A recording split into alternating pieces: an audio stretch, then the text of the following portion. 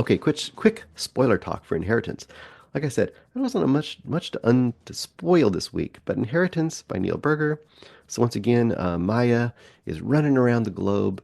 Her dad has been kidnapped by some kind of weird, crazy people, and the only way to get out of it is he sends her information, and she has to go to India and get this item from a safety deposit box and get it to the people that kidnapped him to get him freed up. And every so often they call and they say, if you want him alive, you better do this. You do this within this amount of time. They send a picture of him and he's all beaten and, captured. And she's doing all these things.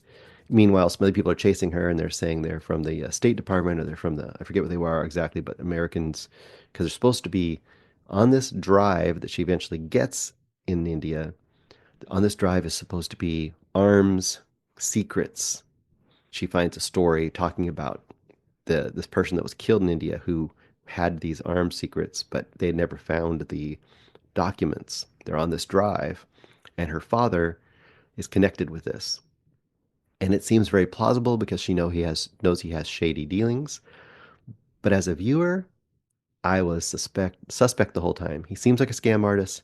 I just thought, well, he's playing her. He's either testing her, he's doing something, but this isn't real. It doesn't seem real. It just seems like he's pulling some sort of scam. And lo and behold, he is pulling a scam. He's trying to get her to get these documents so he doesn't get caught doing it, right?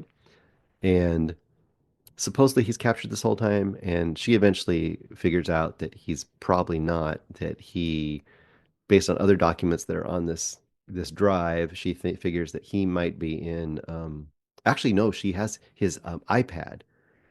She's supposed to, right at the beginning, she had this iPad supposed to guide her to some things, and then she was supposed to destroy it according to the kidnappers. And she keeps not doing what they tell her to do, which is smart. She gets back into the iPad, she finds his bank statements, and she finds some bank statements from this a location in Seoul. And that makes her wonder, as well as what other things have been going on, that this might not be real. And she eventually goes to Seoul, goes to this location, and she eventually follows a woman who lives in that address with a little kid, and they go to a lunch counter or whatever.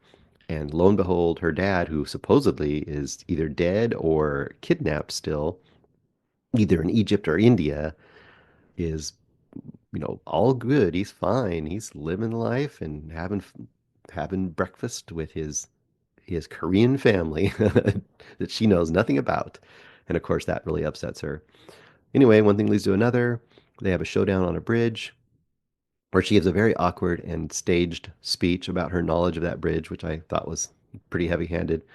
And she essentially threatens to destroy the drive. By this time, she's been contacted by the government officials saying like, hey, get us this drive.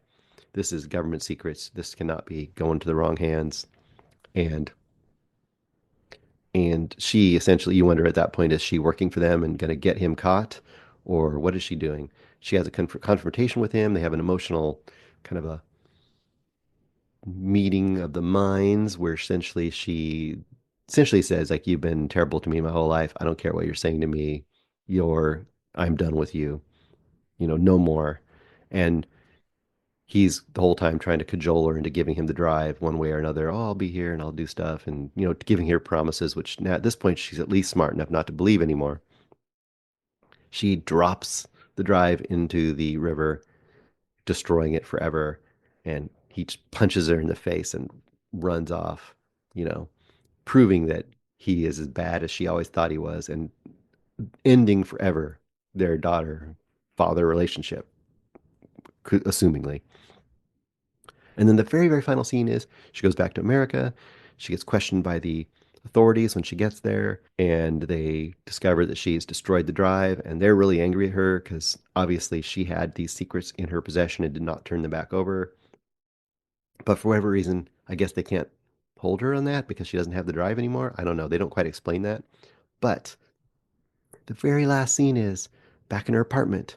Her sister, I think it's her sister or friend, I forget, has gotten a package randomly, but in the name of Maya. And Maya's like, cool, thanks. Opens it up. Hey, it's the drive. She had a fake drive she dropped in the river, and now she's got the real drive. And she's able to get in there and get all those illegal finances that are, I guess, buried in crypto web currency somewhere. And the last scene is her transferring some crazy amount of money to her own account. Supposedly I guess that's her triumph. She's beat the feds and she's beat her dad, and now she's got all of his money. I don't know how that really plays out. It's not very satisfying to me. It's supposed to be a big gotcha moment. That's the end of the movie. There's a spoiler. All right, that's all I got for you guys.